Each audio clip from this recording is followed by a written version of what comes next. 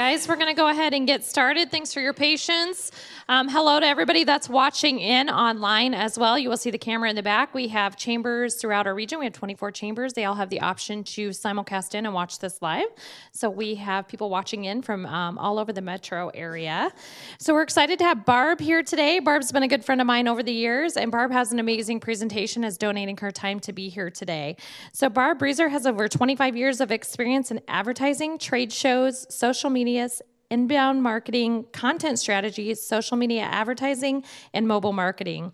Barb has helped create and manage campaigns over 200 companies, both large and small. And one of them she's going to talk to you about today is pretty awesome. So as Vice President of Sales and Marketing with Purple Gator, Barb definitely helps drive clients traffic and generates leads on their online and mobile sites. And today she's going to talk to us about why our client personas are very, very important. So welcome, Barb.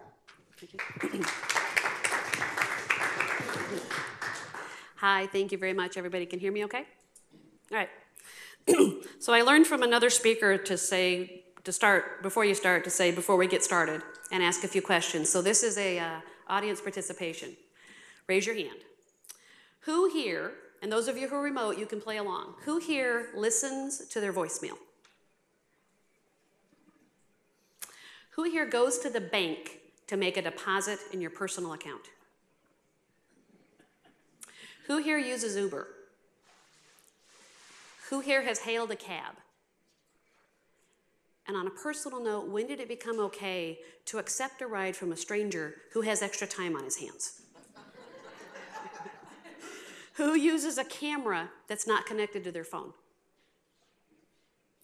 Who listens to music on a CD? Here we go. Okay, so here's and who has put a stamp on something and mailed it in the last week?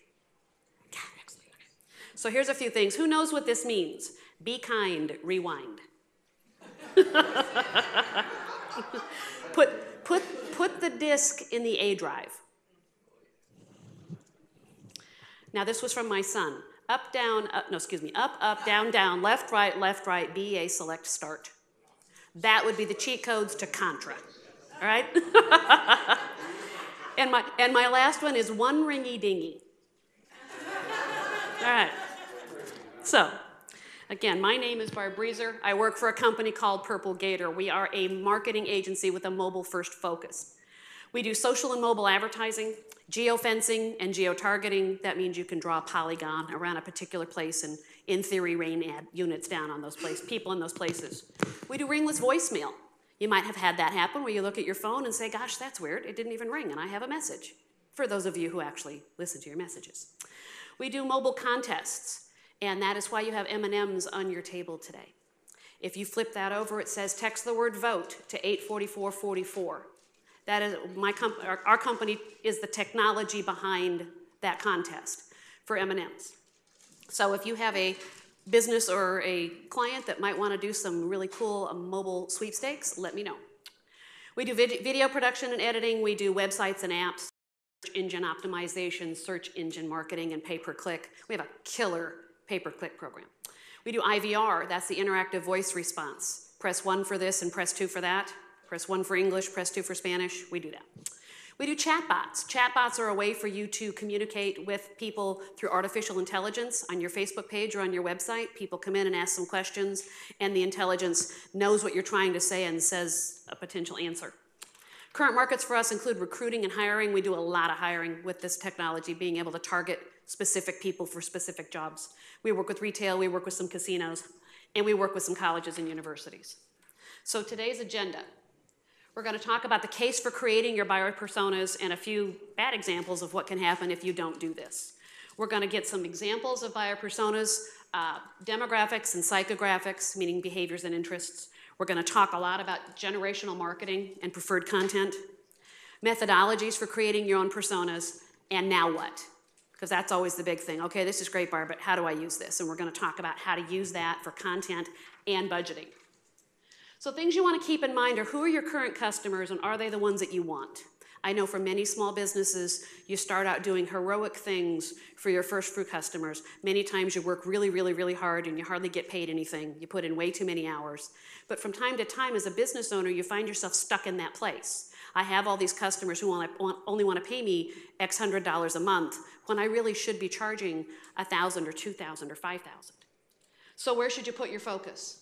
And you also, if you happen to be a regional business from a national company, you might get some pushback, but remember that the personas that you build may not be the same ones that the corporate has identified, because we do things a little bit differently here in central Iowa. We communicate a little bit differently. Some things are different and important to us. But if you can go back to your headquarters with solid data, then you can adjust some of your marketing content a little bit.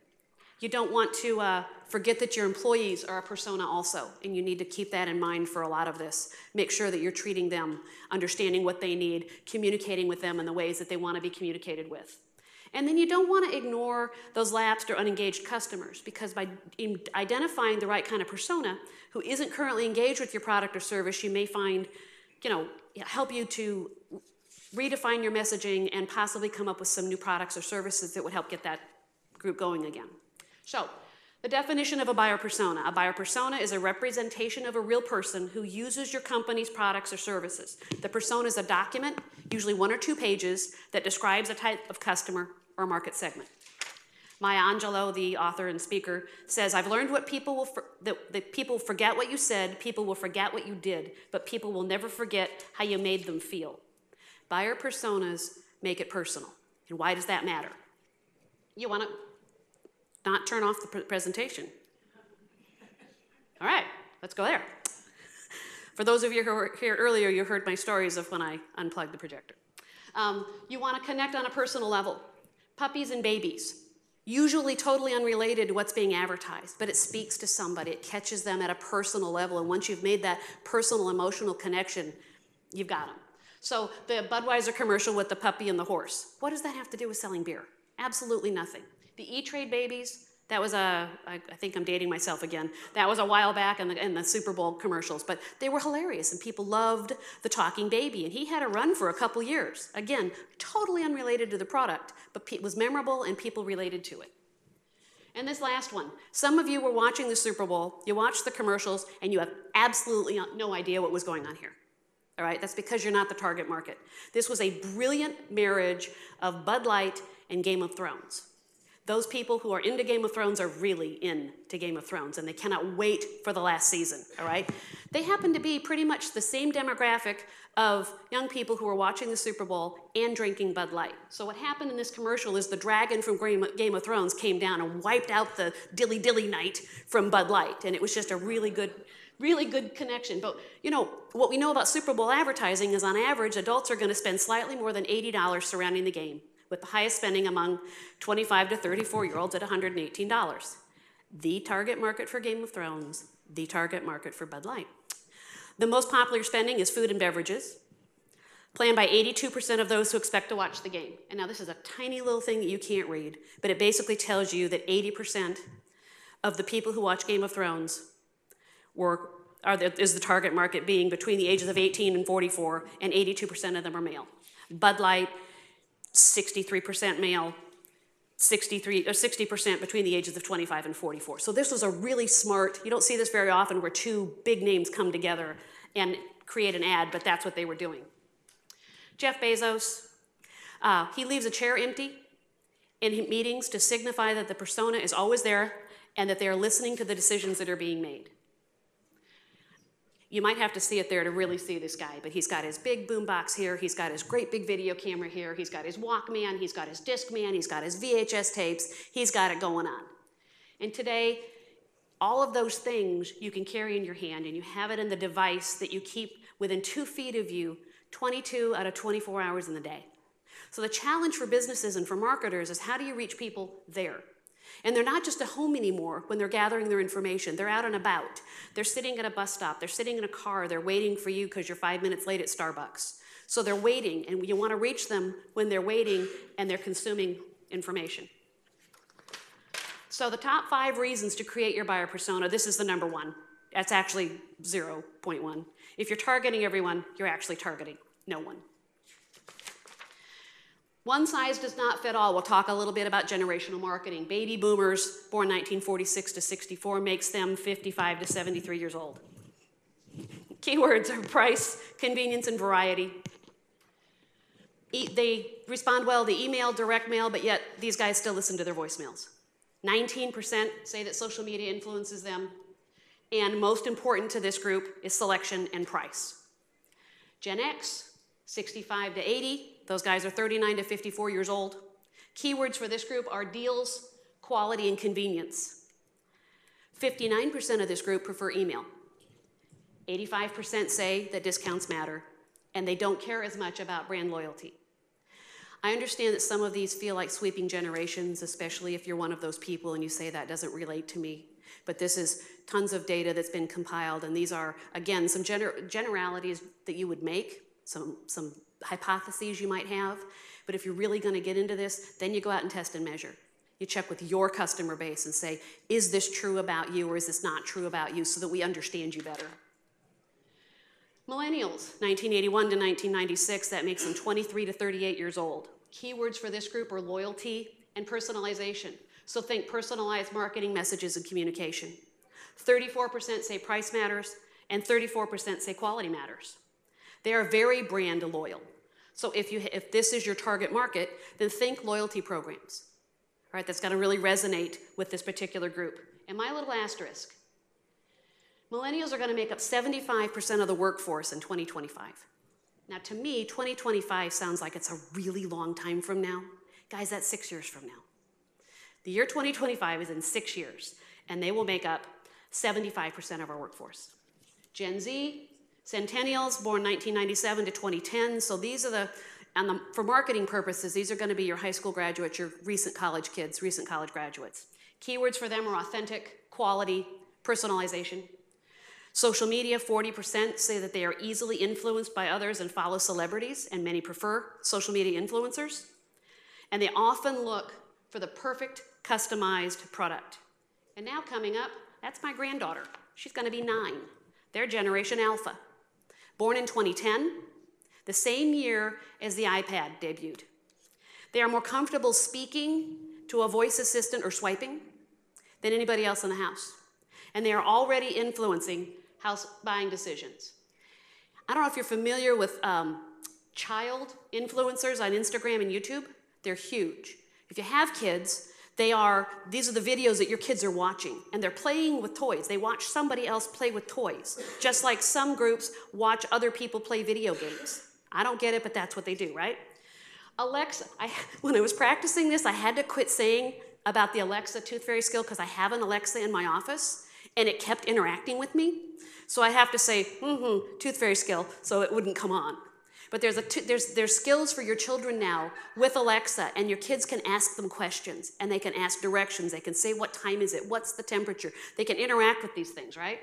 So now, Ryan's toy review. Ryan is 8. Ryan has businesses that send him toys, and he unboxes. Unboxing is a thing. If you've not heard of that, people pay money to watch somebody else open something up and take it apart and put it together and use it, okay?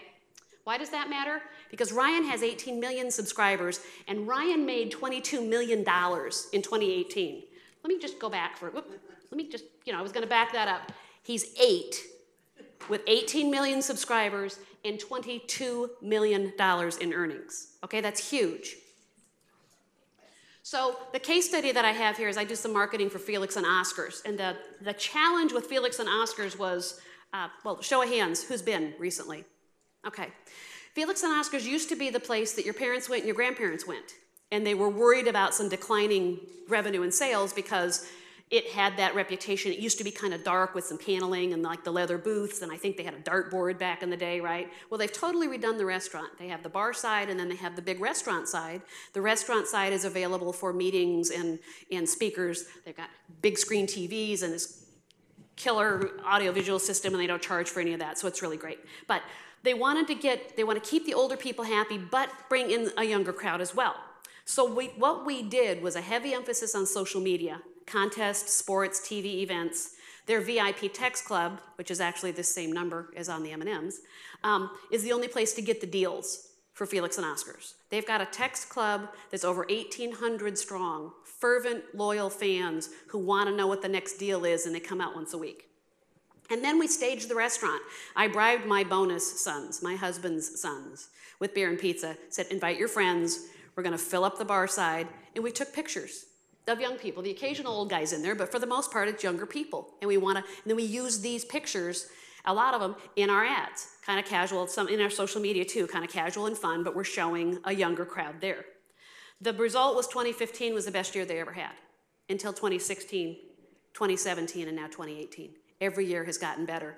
For a restaurant that's been around for over 40 years, that's pretty good. Reason number 2, you might be out of touch. I don't know if you remember when Gap tried a brief, bad logo redesign. They wanted to be fashion forward and trendy, when in reality, they're just a good basic option for people who aren't into trends, and they came out with this logo here. But it clashed. The discrepancy between their new desired audience and who they had, they just could not peacefully coexist. So they switched back to the old logo in a record 1 week, but it cost them $100 million in a rebrand that didn't work. Know your audience. This is actually one of my personal favorites. You might be out of touch. Wisconsin Tourism Federation, who finally bowed to pressure from bloggers and social media, et cetera, and had to rebrand themselves as the Tourism Federation of Wisconsin. So you do want to pay attention, all right? Reason number 3 is your competition's probably already doing this. And this is kind of some stats from the B2B side. 44% of B2B marketers have already discovered the power of personas. 83% use them or plan to use them in the near future. 90%, this is the number 1 reason right here. 90% have been able to create a clearer understanding of who their buyers are. And 65% of companies who exceed their lead and revenue goals continue to update their personas once or twice a year. And the easy thing is, and here's another good reason to do it, you already know who your customers are. Your guys out in the field, ask them. Give them some questions to ask when they're out talking to the people that they're servicing, right? Say, okay, these are the 3 things that we want to know because we need to know, are they on Facebook? What do they read? What do they watch? Whatever you guys want to know. If you're thinking about television advertising, then by all means, ask them, what channels do you watch and how do you watch TV? You want to check in with your sales team too, because they have a lot of data. If they're good salespeople, they know their customers. They know what makes them tick. And then the next step is ask questions. You can do a survey on your website, and I know somebody who could help you with that. SurveyMonkey, I think it's still free. Some versions of SurveyMonkey are still free, and then face-to-face interviews. Bigger companies, they do focus groups, they do some big stuff. I did a thing for Felix and Oscars. I put a picture of a can of Coke and a picture of a can of Pepsi. We got 8,000 people on our Facebook page. So we started to get some pretty good engagement. And I was able to go back to him and say with, I think it was over 200 responses, our market is 85% Coke. And he said, done. Because the Pepsi guy kept calling and saying, everybody drinks Pepsi. And he's able to say to the guy, no, we have surveyed, we know our audience is a Coke audience. We thank you very much, but we're going to stick with Coke because 85% want Coke. And then once you have your personas, they can be used by various departments in the company. You can use them for web development. You can use them a lot in your marketing materials. It is a good reminder to not just have one flyer that goes to everybody, because you want different messaging, different content, different ideas, different goals for the different groups that you're marketing to. It helps in your content creation. It helps in product development. Again, as you learn more, you might find that there's a need there that your company could easily fill that you hadn't even thought of before. So it gives you some new product development. It's going to help you with your social media and possibly also in your hiring. So personas can be simple. And before I forget, if you want my big list of resources that will give you access to this, I've got a couple handouts. Send me an email, barb@purplegator.com. You should all have my business card right there in front of you. And I'll be happy to send this stuff over to you. I've done my very best on the slides to credit. I'm not very creative, guys. This is not my stuff. I went out and found it on the Google, because the Google can teach you just about anything, right? So you can email me and I'll be happy to send this to you. So your persona can be really simple. This is the one from Roman Pinchler, and it's just a picture and a name, some details, and the goal for that person. But you want to know, like, what does he or she look like? And many times you actually name it. It's Susie or Sally or Tim or John, and he represents a market segment for you. The demographics are age, income, gender, occupation. Psychographics are your lifestyle, social class, behaviors, brand loyalty, buying decisions, those types of things. But for me, one of the most interesting and compelling is how do they consume and gather information? That's so important because once you know that, then you know where to be and where not to waste your time. And finally, what problem needs to be solved or what benefit is being sought by these people? A persona, yeah, don't push that button. All right. A persona can be really complicated. So it can be like this one has got their motivation, there is incentive, fear, growth, and these little sliding things, and preferred channels, and you do a bio and all this stuff. Again, really depends on how complicated, how deep you want to dive into your personas, but every one of these things can be important. So let's dive in. We'll talk a little bit about demographics, their age, their sex, where do they work, what's their job title, where do they live, education level, what do they read, and how do they read it, what do they watch, and how do they watch it? Where do they like to hang out, shop, eat? Entertainment, movies. Do they go out to the movie theater? Do they stream? Do they Netflix and chill? I thought Netflix and chill meant that you rented a movie on Netflix and that you got takeout food or had some food delivered and you sat on the couch with your significant other and you watched a movie. Someone in the audience is giggling because she knows that is absolutely not the case. So, I'll just leave it at that. Television, do they watch network TV? What shows do they watch? Do they watch in real time or do they DVR those shows like my sons, who are millennials, do, because they don't want to watch the commercials. They DVR everything so they can watch an hour show in 40 minutes because they can skip through all the commercials and they can watch it at their leisure. Do they go out? Do they dine in? Do they order from Blue Apron type companies? Again, with Felix and Oscars, they have a half-baked pizza. They're known for their deep dish pizza and it takes 30 to 45 minutes to bake it, right? So people will order a half-baked pizza that they can then take home and finish cooking in their own oven and cut it themselves, and it's as good as what you get in the restaurant. So you can kind of play to these people that are more interested in preparing their food at home. And they'll keep in mind, not every question or behavior is going to apply to everybody. Don't stop too quickly in your research because, again, you might uncover those new needs and new markets that you hadn't even thought of. But I threw this in here at this point, but wait, Barb, why does this matter? Well, first of all, you want to think about where people are in the decision-making process. Are they just gathering? Are they, is it awareness? They're just researching? Are they considering for a product demonstration? Are they actually ready to purchase? The more you know, the more you can craft your message to those people in those places. It's going to help you develop customized, personalized content for your advertising, your website, your newsletters. It's going to help you segment your audience. It's going to help you target your audience. Google, Facebook, Instagram, YouTube, pay-per-click, Snapchat. Most businesses are like, Snapchat, no, I'm not going to advertise on Snapchat. Well, we do haunted house marketing. We had some great campaigns last year. And teenagers standing in line at a haunted attraction, what are they doing? They're on their device. They're snapping back and forth with their friends who are here and the ones who aren't here. And if you've got a really cool Snapchat filter with blood and gore and stuff coming down that names the haunted attraction, they go, oh, where are you? Well, I'm at such and such a place. And they say, hang on, I'm coming over. So you increase attendance by using a well-placed Snapchat filter.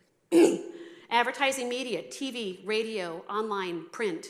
Once you know your audience and how they consume information, these decisions become really easy, right? I got a question right now that I'm asking on that page. What do you listen to in the car? CD, radio, Spotify? If you listen to the radio, what channel? So we're going to have really solid data to go back when the radio guys come in and say, do you want to advertise on the radio? We're going to be able to say yes or no. And we're going to tell them what channel we want to be on because we know that's where our people are. Local sponsorships and event sponsorships. Some of this is, where's your heart as a business owner? If you know someone who's been personally affected by a particular thing, then your heart is going to be in supporting, whether it's the Heart Association, Leukemia Society, Special Olympics. But also, check in with your persona that is your team, right? Remember, you have a persona that's your team. What is their heart for that you want to support? And they're going to feel good about giving back to the community and you're participating in that. And then all those other things that you're asked to spend money on. I mean, you kind of got to do the sponsorship for your kids' Little League team and all that. But you're going to be able to decide better because you're going to know where your heart is, your team's heart is, and where your collective audience's heart is. So back to psychographics. Music. Do they listen to the radio? Do they stream music? Do they listen to CDs? Do they do Pandora, Spotify? 2 stories on that. Back in the day, if you wanted to make a mixtape, which was a cassette tape, you had to go when the song came on, you ran over to the radio and you clicked record on your cassette player and you created over time your mixtape. And then technology hit and we were so awesome because we could go find the song online and we could download it and burn it to a CD and we had our own personalized mixtape.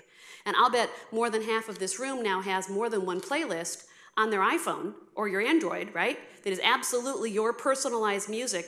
And you used to have to call the radio station and put in a request and hope they'd play the song so you didn't have to wait all night long, all right?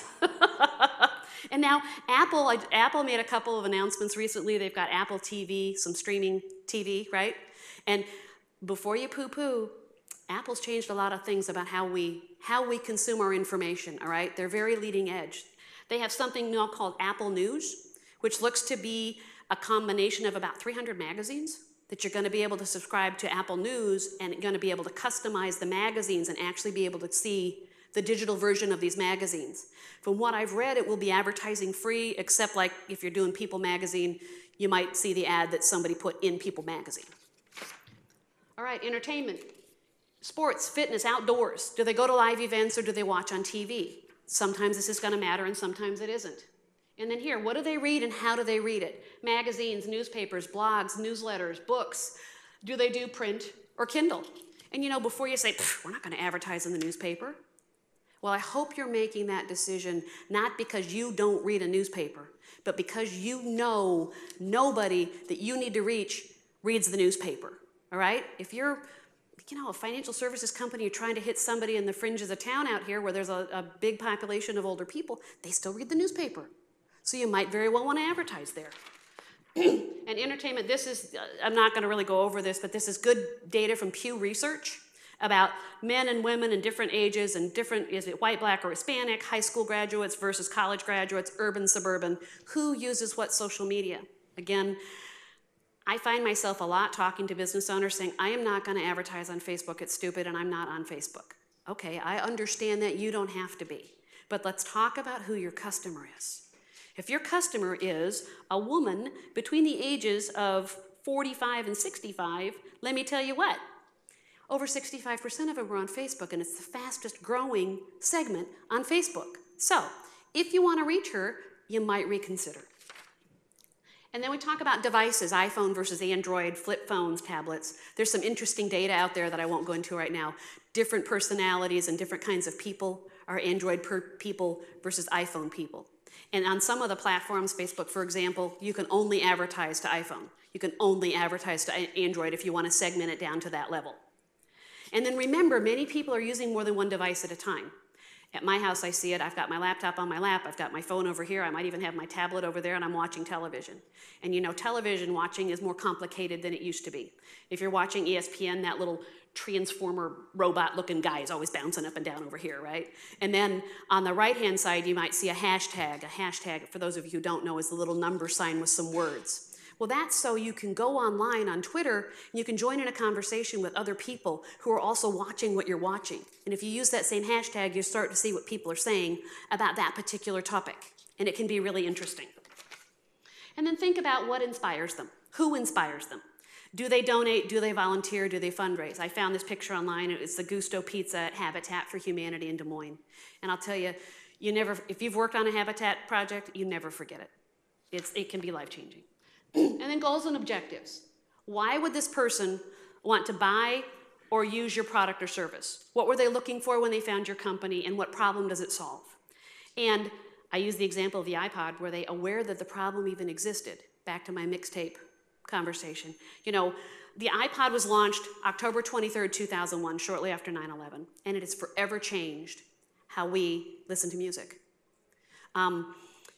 Who knew you needed to have 3,000 of your favorite songs in your pocket connected to something that at the time was about the size of a cigarette pack, and now the little nano guys were like the size of a matchbook, and that you could take it with you wherever you went. That's revolutionary. So let's talk a little bit about preferred content. Baby boomers, again, are ages 55 to 73. Accuracy to detail is really important to them, and ease of use is important. They read printed materials, but they also are actively online, and that's growing every day. I was talking before the meeting here about I had a plumbing problem at my house, and of course it was at 10 o'clock at night. So the first thing I did was go to Facebook and say, eek, I need a plumber. Then I went to my next door app for the people that are in my neighborhood. Same thing. Holy cow, I need a plumber. Then I Googled plumbers. But by the time I'd Googled plumbers, I already had responses back from Facebook about people who knew this guy makes nighttime calls, this guy doesn't charge after hours, so I was able to get information right away. I'm not necessarily representative of everybody my age, and other people my age might not have done that. They might have gone to the Yellow Pages first to look for plumbers. They might have called their brother and said, oh crap, do you know a plumber? I mean, so there's different ways, right? Simplified design. Baby boomers want to find out information easily. They are primarily desktop-driven tablets, and they're a little bit less mobile than the other groups. So for this group, think guides and books with more detailed text. Testimonials and reviews. I want to say that's kind of for all of the different groups now. It's just what's being said and what things that they're highlighting might be a little different from group to group. Video, longer lengths and more detail if it's useful, not just filler. Gen X, ages 39 to 54, they enjoy clear and concise information. They want a mixture of mobile, tablet, and desktop. They also enjoy comparisons and reviews and testimonials. So for this group, again, think testimonials and reviews. Video content is okay, again. Longer content is all right if you keep it useful, otherwise keep it short. For our clients, we really say to start out 15 to 30 seconds. About the longest you want to go is 2 minutes. And if you've got something longer than that, break it down into segments of about 2 minutes. But also realize nobody's going to watch those if they're not super valuable and you've teased them with your 15 or 30 seconds, etc. And then this last group, they're used to changing media, apps, and content. They're very mobile driven. I had meant to ask in my earlier questions, who still has a computer at home? Versus who just has a tablet or an iPhone or an Android, right? Some of us don't have computers at home anymore. We don't need them because everything we need we can get on a tablet or a phone. So these guys are very mobile driven. They often enjoy what's popular and new. So if this is your audience, then you need to pay attention to the new platforms, the hot new stuff coming out that appeals to this age group so that you can figure out how to use it to promote and advertise, right? Sharing their content is super important to them, and they enjoy visual and interactive experiences. So for this group, again, you want to be thinking social media, videos, quizzes, memes. For those of you who don't know what a meme is, it is a silly picture, an often unfortunate picture of someone or something, and then you can go to something called a meme generator, you can put words around it, and you see those from time to time, and well done, they go viral in a hurry, meaning that 1,000 of my closest friends just took it and shared it with 1,000 of their closest friends, and suddenly millions of people are seeing it. Imagery, photographs, graphics, Instagram, and they expect you to understand their needs and to personalize communications to them. So I told you I used the Google.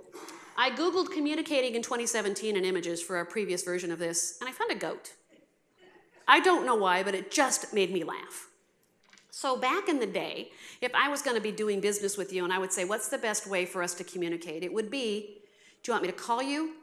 Do you want me to email you? Or do you want me to mail you that information? Well, today, do you want me to call you? Should we meet face to face? Do you want me to email you? Do you want me to leave you a voicemail? Do you want me to snail mail you something? Do you want me to text you? Do you want me to Facebook message you? Do you want me to LinkedIn message you? You want me to Skype you, right? Some of you are rolling your eyes. It's not about you. It's about what your customer wants. Remember my question about who listens to voicemail. There were people in this room that did not raise their hand.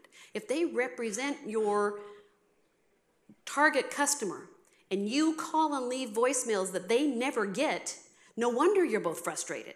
Those people will call you right back and say, it looks like I missed a call from you, what'd you want? In my baby boomer brain, I say, well, if you'd listened to the voicemail I just left you, you'd probably know what I want, right? But I don't say that. I say, I am so glad you called and here's what I need, right? So we have that conversation. Just ask them. You know, maybe at the front desk of your office, if you have one of those, start having people ask. Your salespeople should be asking, what is our best methods of communication? And then do what works for you. Oh, but Barb, this doesn't apply to me. I'm B2B. Well, guess what? B2B, B2C, B2 anything. Your customers are people, and that's why this matters. So now what? To recap, part one. Deeper and more intimate knowledge about your buyers are going to help you create assets and campaigns that are way more effective. They're going to help you understand who your buyer is, how he decides to buy a new product or solution, how they make their purchase decisions, what steps they go through in their buying process, and how they're going to narrow their consideration list down to a selected product and company. Because the last thing you want is to be cut from a short list that you never even knew you could be on. So, you're going to utilize your personas to write copy. Use the customer's words and not yours to describe their problem. And you've seen this somewhere. You go, wow, this describes me to a T. Are you struggling with this? Are you looking for that? Do you have problems with this, right? And you see yourself in the text. It compels me to learn more. Maybe I'm going to share it with my friends, and maybe I'm going to share it with all my friends. And then it's like, you get me. You really get me. For those of you who didn't know, that's a meme. And right down in the very bottom corner down there, it says memegenerator.net. All right, so here's the real-life practical example. Using your personas to build a budget.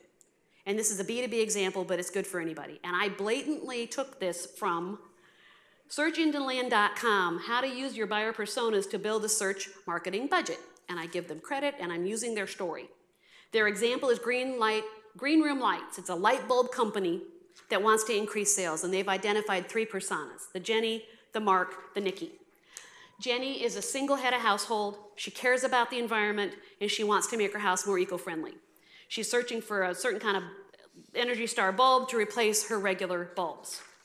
Mark is a contractor. He builds small to medium-sized apartment complexes, and he tells his company that he uses energy-efficient construction methods, and that he's looking for the most cost-effective way to deliver on that promise. Nikki, oh man, we all want a Nikki. She's the buyer at the large chain hardware home store. Getting a Nikki customer would change our world forever because she's worth millions of dollars in sales. As incandescent bulb sales have gone down, she's exploring a more energy-efficient replacement to stock, and she wants a product that she can sell at a reasonable profit that's going to attract buyers like Jenny, because she already knows that Jenny's of the world is one of her targets. So then you assign some lifetime values. Like the average American, Jenny's house has 45 light bulbs. Whether all at once or gradually, she plans to replace all of them. And she's going to buy a more expensive bulb at $10 because she knows she's never going to have to get any more. And she's never, like I said, she's not expected to buy any more more bulbs in the future. So you take the $10 per bulb times 45 bulbs, and the Jennies of the world give this company a $45 lifetime value. Mark, on the other hand, he wants a $5 bulb, and he installs 1,200 bulbs in a couple different apartment complexes every year. So his lifetime value is $12,000. And Nikki, we all want a Nikki. She wants an even lower wholesale price of only $4, but she stocks 2,200 stores with 200 bulbs each. So this could be a game changer. A lifetime value of $1.76 million. So now we know only 29% of households in America use no incandescent bulbs. So those are the energy efficient people. And the Jenny customers are almost an inexhaustible resource. There's less than 500,000 contractors in the world, but only 2% do the energy efficient model. So now, based on last year's numbers, this company has been getting 0.5%, and they want to up that to 1%. So the customer base here becomes 9,500. And Nikki, the customer base is 1. But again, you want to do whatever you can do to get a customer like this, because it would be a game changer for your business. So again, Green Room Lights in this example says they'll do whatever it takes. And then here's where it matters. You can start to put together a budget. All right? You say, the Jennies, the Marks, the Nickies, here's their lifetime value, there's the cost per acquisition, here's how many we expect to sell. So you can start to develop a budget and start to develop sales. Now I realize these numbers are in millions. Just do math, all right? I've got a budget of $1,000, Barb, but based on these numbers now, it looks like for my $1,000 budget, I can get $4,715 in sales. So when you're doing your budgeting and projecting, imagine having this information a year from now, when you're setting up your budgets for next year, and you can be targeted a lot more. We're going to take newspaper advertising out because none of our customers read the newspaper. I know we love our newspaper ad salesperson. She's been coming around for years. But now we know that's not the right place to put our money. Or, holy cow, a whole bunch of our people read the newspaper, and we need to finally give some business to that young woman that's been coming around for years and trying to sell us newspaper ads. But you'll be able to make better decisions. And I think I'm at the Q&A portion 3 minutes early. Okay, thank you. Questions, comments? Don't leave me hanging.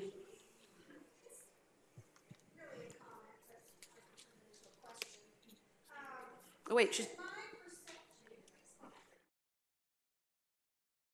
Perception that the baby boomers are trying to manage all of these outlets. For instance, they still check their voicemail, and they do use email, and they do use many of these other things as well.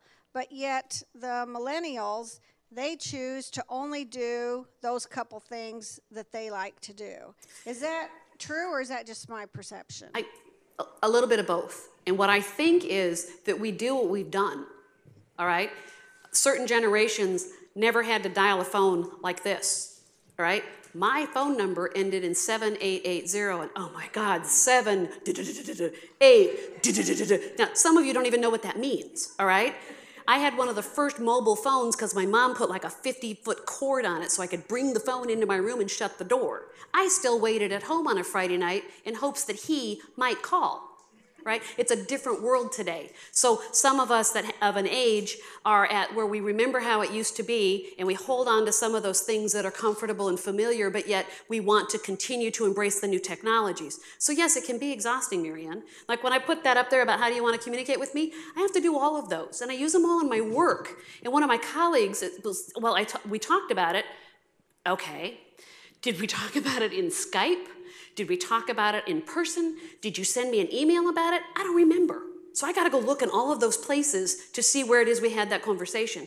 I think it sounds really lovely to have not known about all that other stuff and only know the new and more efficient ways to do things now, because I'm all about the efficiencies. So I think it sounds lovely, but I can't let go of my voicemail. People leave me messages, and I think as a business person, whether or not you like it personally, as a business person, you kind of have to listen to your voicemails because somebody might be leaving you one. Anybody else? Yeah, I have a question for you regarding some of the... Oh, I'm sorry. Okay. Just regarding some of the market research you were talking about, so you mentioned you're talking to your sales staff and some different things like that, but you also mentioned surveys a couple times. Mm-hmm. Do you have any tips for how to get... Surveys are notoriously low response rates, especially like a Survey Monkey. How have you dealt with that in terms of gleaning good information you can use to build these personas? Oh, you bribe them. I used to do some work with Jeffrey Gittimer's organization. He's a sales trainer and speaker, and our company I used to work for did a lunch and learn after a Gittimer event, and people would come in, and then we tried to get them to do testimonials. You know, get in front of the camera and tell us how you did. And the young man by the name of Taylor Hinkle was the video person, and we would stand there and just be, doesn't anybody want to go? And I'd say, I have a $5 Starbucks card. Pew! The line filled up, and then I had people who said, can I do it again? Can I do it again? This is so great, right? People will throw themselves off a building for a $5 Starbucks card. So truly, if you can find something that you can incentivize people to participate, right? And also, I mean, the big picture is that once you get that information, you're going to be able to tailor the information that you share with them much better to their liking, all right? But they don't really care about that. They just want the Starbucks card. Hi, first of all, I want to thank you for your presentation. That was fantastic. So we just launched an e-commerce business, and we're selling a product. We're selling honey. So one of the kind of challenges that we're looking at is, you know, we want to target multiple different generations using social media platforms.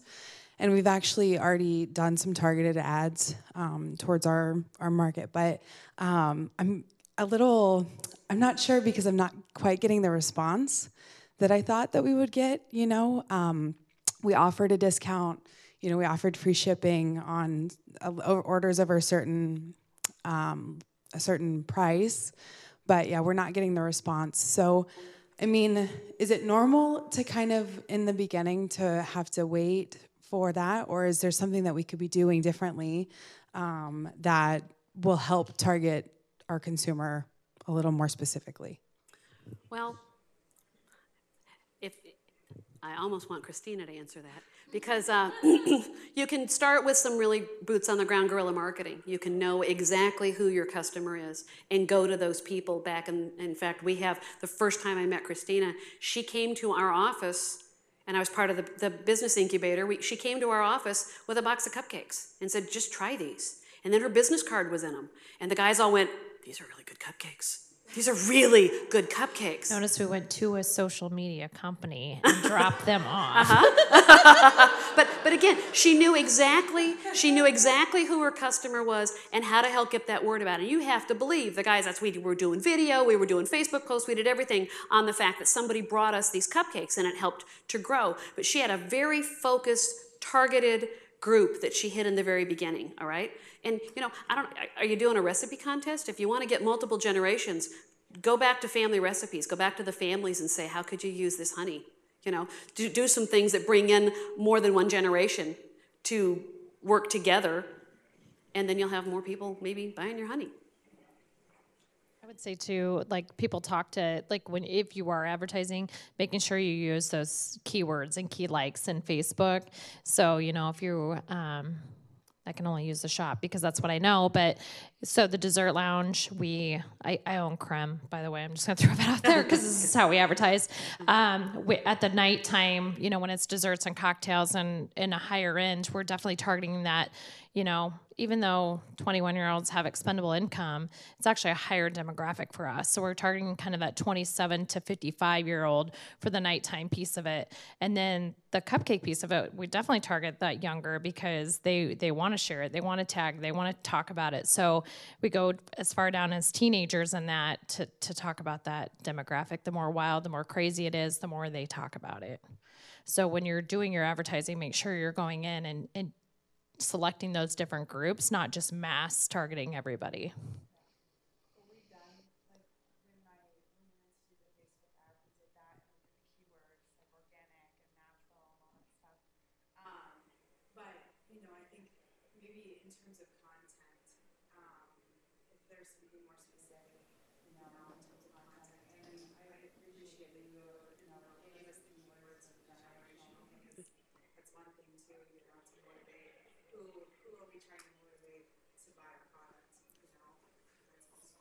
That's huge. Comparison between sugar and honey. Why? Sure. Why honey?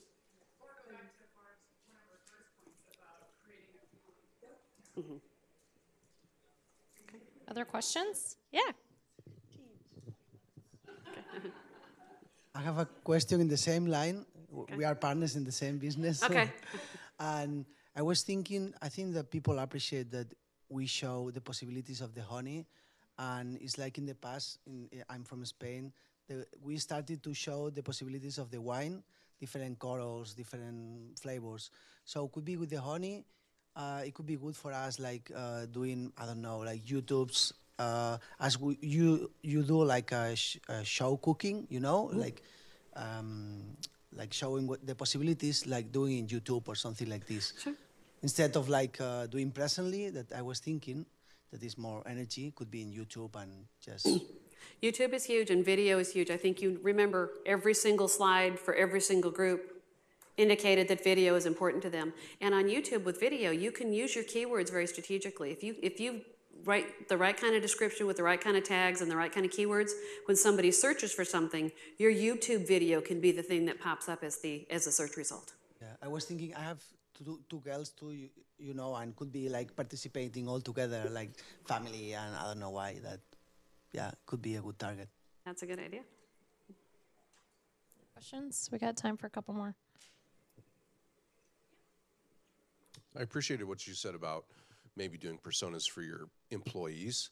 How many employees, at what point do you hit that mark where you ought to consider doing a persona for an organization? 3.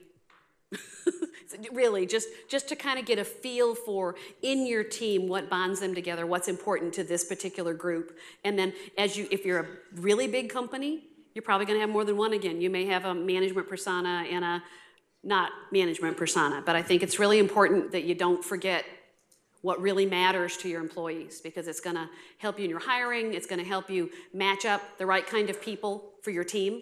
once you kind of know the personality of your team, then you know either what you need more of or what you're lacking in that you need to build out your team. Got time for one more question. All right, I'll make the question. Please do the M&M flavor challenge. Try your M&Ms. Text vote to 84444. And there's some really fun, the hashtag I believe is flavor 2019. It's on the back there. You can do a video of your taste test because some people have some pretty strong reactions to these flavors. So, well, let's give Barb a round of applause for being here today. Oh, wait, one more. Here we go. Today would be a good day to do those taste tests because we actually have all 3 flavors in the room. I forgot my lessons learned. I got to go real quick. I'm going to just go down here. You can get my handouts. I predict that you're going to go home and count how many light bulbs you have. I predict you're going to Google Netflix and chill because I told you not to. I predict you're going to find the occasional random goat online and don't let it stop you in your quest for great information. And you can email me, call me, Skype me, Facebook me, LinkedIn me, message me, tweet me, or find me on LinkedIn. Right? Thank you. And I will, in the follow-up email today, I'll make sure to include the presentation, as some people might want some of those links in there. So anyway, thank you all for being here today. I do want to mention the next top 5 will be, there's a flyer on your table. It's all the way through October. But our next top 5 will be on April 24th. It is on sales and building your sales team. So every single business is in sales, whether you want to be or not. So it'll be a really good presentation. There is a book festival coming up this weekend. If you have not heard of it, it's a free book festival. It's actually being put on by our Des Moines group upstairs. But there's a lot of small business and a lot of entrepreneurs participating in that book festival. Again, it's free. It's down at Capitol Square. It's a great opportunity if you're looking for something to do this weekend. And then our female entrepreneurship series will be back at the Women's Business Center.